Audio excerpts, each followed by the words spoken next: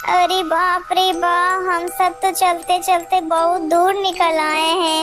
अरे बेटा, हम सब अभी थोड़े देर यहीं पर आराम कर लेते हैं। नदी तो पास में ही है, हम सब आसानी से यहाँ पर पानी भी पी सकते हैं। इतना कहकर वो चारों उसी पेड़ के नीचे आराम से लेटकर सो जाते हैं।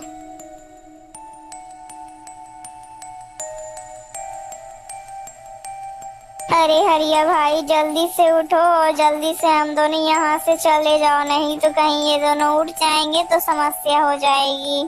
इतना कहकर वो दोनों जल्दी से वहाँ से चले जाते हैं। कुछ देर बाद जब श्याम की नींद खुलती है तब वो देखता है कि हरिया और गोविंद वहाँ पर नहीं है। भैया आंखें खोलिए, भैया भैया आंखें खोलिए, देखिए ना वो दोनों लोग कहाँ चले गए हैं। लेकिन भाई, वो दोनों लोग कहाँ जा सकते हैं? मुझे लगता है कि हमारी माता ने हमें घर से निकलवा दिया है।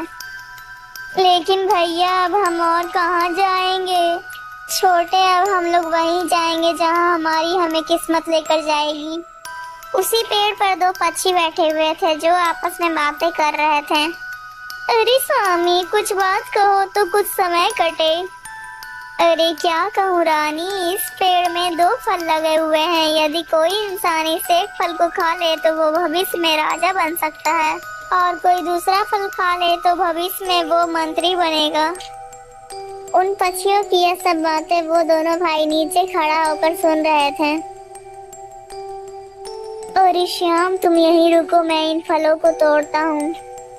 फिर राम जल्दी से एक पत्थर उठाता है और वो पेड़ पर लगे फलों पर मारता है और फल टूटकर नीचे गिर जाते हैं। फिर दोनों भाई एक एक फल उठाकर खा लेते हैं। फिर वो दोनों भाई वहां से चल जाते हैं, लेकिन उनकी माता की तस्वीर वहीं पेड़ के नीचे गिर जाती है। वे दोनों चलते चलते काफी दूर निकल जाते हैं। अरे श्याम, हमारी माता की तस्वीर क्या तुम्हारे पास है? नहीं भैया, माँ की तस्वीर तो आपके पास ही थी। श्याम, मुझे लगता है हमारी माँ की तस्वीर उसी पेड़ के नीचे ही गिर गई है। अरे श्याम, तुम यहीं पर रुकना, मैं अभी तस्वीर उठाकर ले आता हूँ। इतना कहकर राम वहाँ पर वापस जाता है तस्वीर उठाने के लिए। जब राम वहाँ पर पहुँच जाता है तब वो देखता है उसकी माँ की तस्वीर उसी पेड़ के नीचे पड़ी हुई है।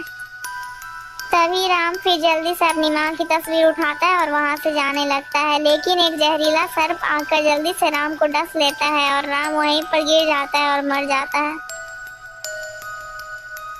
अरे भैया को तो गए हुए काफी समय हो गया है, लेकिन अभी तक भैया लौट कर क्यों नहीं आए हैं? कहीं मेरे भैया कोई मुसीबत में तो नहीं है? चलो मैं खुद चल कर देख लेता हूँ। इतना सोचकर जब वो जैसे ही पेड़ के नीचे पहुँचता है तब वो देखता है उसका भाई मृत होकर नीचे पेड़ के पास पड़ा हुआ है। तब श्याम बहुत ही ज्यादा रोने लगता है और कहने लगता है, अरे भैया आपको क्या हो गया? भैया आपको क्या हो गया? अब आप भी क्या मुझे छोड़कर चले जाएंगे? अरे भैया, पहले तो हमारी माँ हमें छोड़कर चली गई, उसके बाद आप चले जाएंगे तो मैं तो अकेला ही रह जाऊंगा। भैया, मैं भी अब अपनी जान दे दूंगा, अब मैं इसी नदी में कूद कर मर जाऊंगा। इतना सोचकर वो नदी के किनारे पहुंच जाता है और वो जैसे ही नदी में छलांग मारने के लिए आगे बढ़ता है तब, रुक जाओ पुत्र, ये तुम क्या करने जा रहे थे? तुम कौन हो बेटा और तुम इस प्रकार नदी में क्यों कूद रहे हो? बाबा, मेरा नाम श्याम है और ये मेरा भाई है। फिर वो श्याम अपनी सारी कहानी साधु को बताता है। साधु श्याम की यह सब कहानी सुनकर साधु को उस पर दया आ जाती है। बेटा तुम दुखी मत हो, मैं तुम्हारे भाई को ठीक कर देता हूँ। फिर साधु अपनी शक्तियों से राम को पुनः जीवित कर देता है। हे साधु बाबा, मेरी जान बचाने के लिए आपका बहुत बहुत धन्यवाद।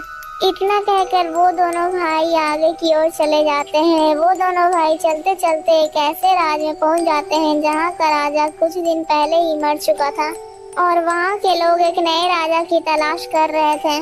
वहाँ का नियम यह भी था कि राजा का घोड़ा अगर किसी व्यक्ति को जाकर स्पर्श कर ले तो वही इस राज्य का राजा बनेगा, चाहे वो व्यक्ति अमीर हो चाहे वो गरीब। जहाँ पर यह सब प्रतियोगिता चल रही थी तभी वो दोनों भाई वहाँ पर ही आकर खड़ा हो जाते हैं।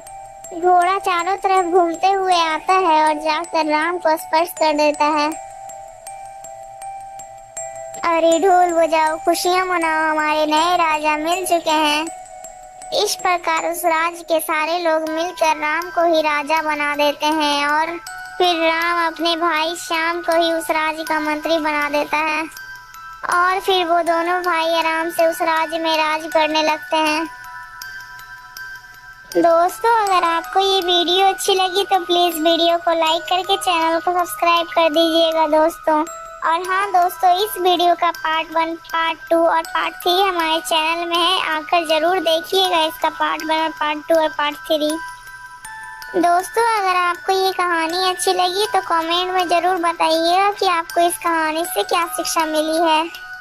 दोस्तों, ऐसी और कहानी देखने के लिए हमारे चैनल में जरूर आइएगा। ऐसी और कहानी हमारे चैनल में आपको जरूर मिलेगी।